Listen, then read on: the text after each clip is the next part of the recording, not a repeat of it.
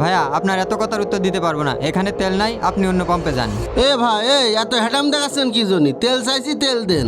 কিসের হাটাম দেখাচ্ছি? আপনারা তেল লুকিয়ে রাখছেন, আমরা সব বুঝি। ভাই উল্টোপাল্টা কথা বলেন না, মেজাজ খারাপ হয়ে যাবে কিন্তু। কিসের উল্টোপাল্টা কথা? এটাই তো সঠিক কথা। উচিত কথা বললে মেজাজ গরম হয়ে যায়, তাই না? সরকার বলছে তেলের কোনো ঘাটতি নাই, আর তোমরা বলছো পাম্পে তেল নাই। কার কথা বিশ্বাস করব আমরা?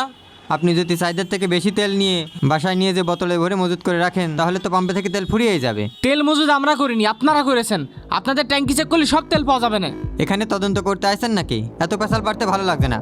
বললাম তেল নাই, অন্য পাম্পে যান। তেল নেই মানে তেল তো আছে, আমরা জানি। তেল দেন ভাই তাড়াতাড়ি। খুঁজে দেখেন, এই, তেল নাই। এখানে ঝগড়া হচ্ছে কেন? কি সমস্যা? স্যার এই পাম্পে তেল আছে, তবু এরা তেল দিচ্ছে না।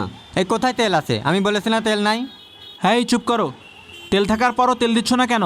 স্যার আমি সত্যিই বলছি তেল নাই, আমি কিভাবে দিব? স্যার কালকে রাত 4টার দিকে পাম্পে তেল আসছে, সকালে বলতেছে তেল নাই। এই কথা কি বিশ্বাস করা যায়?